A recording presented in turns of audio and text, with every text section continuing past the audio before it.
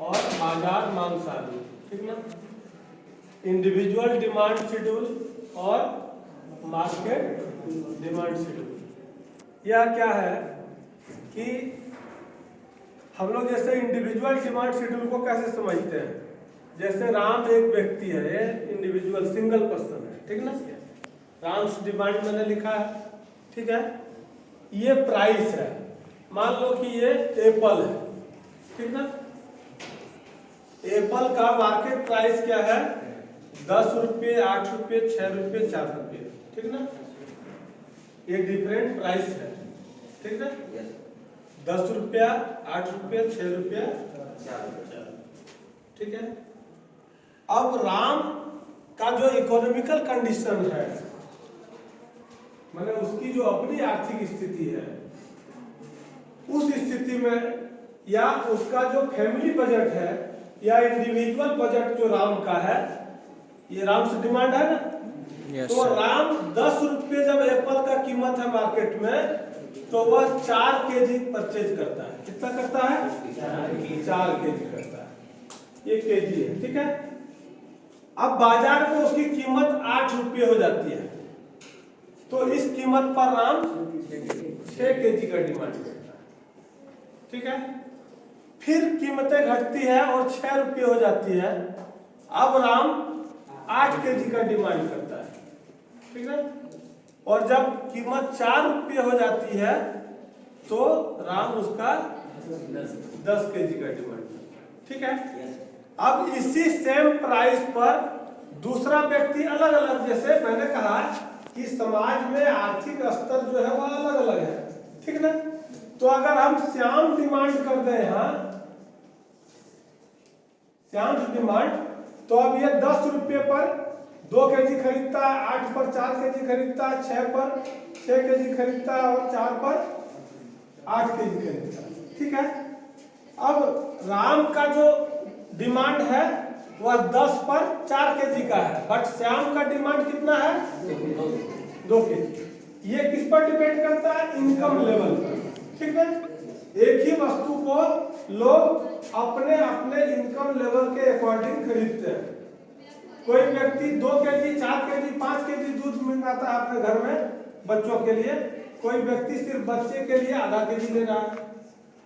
ये किस पर डिपेंड कर रहा है? इनकम पर, ठीक है। तो सेब की कीमत क्या है? 10 रुपये, 8 रुपये, 6 रुपये, 4 रुपये, ठीक है। इस कीमत पर राम का डिमांड हम लोगों ने देखा 4, 6, 8 और 10, कीमत यही है, बट श्याम का डिमांड जो है वह राम के डिमांड से डिफरेंट है ना। इसका है 2, 4, 6 और 8, ठीक है।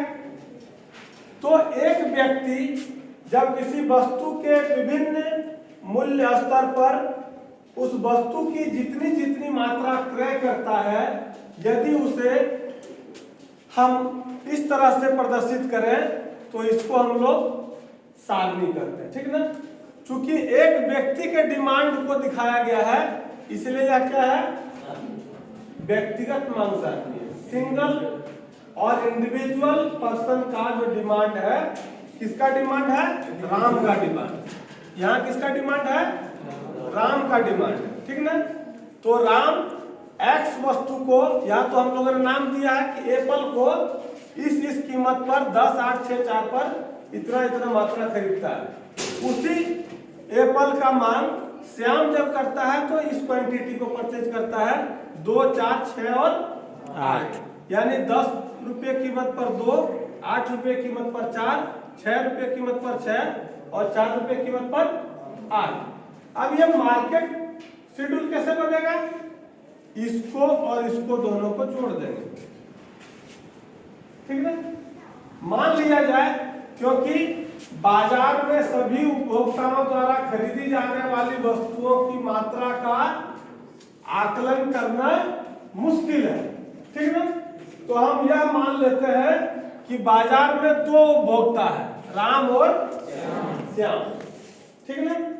और ये दोनों अपने अपने इनकम स्तर के अनुरूप या आय स्तर के अनुरूप, आर्थिक स्थिति के अनुरूप वस्तुओं और सेवाओं का क्रय करता है। जिसकी आर्थिक स्थिति जितनी अच्छी होती है वह उतनी अधिक मात्रा का उपभोग करता है, और जिसकी स्थिति कमजोर होती है वह उसी वस्तु को उसी मूल्य पर उससे कम मात्रा का उपयोग करता है। ठीक है? Yes sir. तो जब तक किसी एक व्यक्ति द्वारा मांगी जाने वाली वस्तुओं को हम लोग सारणी में दिखाएंगे तब तक वह व्यक्तिगत मांग सारणी कहलाएगी। ठीक है?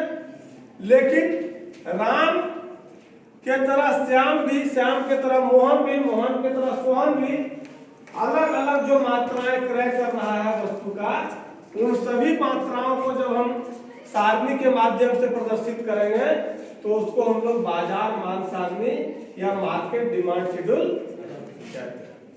ठीक है? यहाँ आप जोड़ सकते हो, लेकिन बोर्ड पे सबका नाम हटेगा नहीं जितना लोग परचेज करता होगा, इसलिए मैंने एग्जांपल दिया 2 का। ठीक ना? और इससे इस बात को दिखाने का प्रयास कर रहा हूं कि जैसे एक ही कीमत पर राम और श्याम अलग अलग डिमांड करता है, उसी तरह से हम सारे लोग उसी वस्तु की अलग अलग मात्रा का मांग करते हैं। क्यों? क्योंकि मांग को डिसाइड करता है इनकम। ठीक ना? तो जिसकी जैसी इनकम है उसके अनुसार से वह वस्तुओं और सेवाओं का उपभोग करता है। और यदि हम व्यक्तिगत मांग सारणी को या राम की तरह जितने लोगों द्वारा या जितने कंज्यूमर्स द्वारा या जितने उपभोक्ताओं द्वारा विभिन्न प्रकार की वस्तुओं और सेवाओं की मांग की जाती है, यदि उन सभी वस्तुओं और सेवाओं के मांग को हम सारणी द्वारा प्रदर्शित करेंगे तो वह बाजार मांग सारणी कहलाएगी। यानी सबको ऐड कर देते हैं।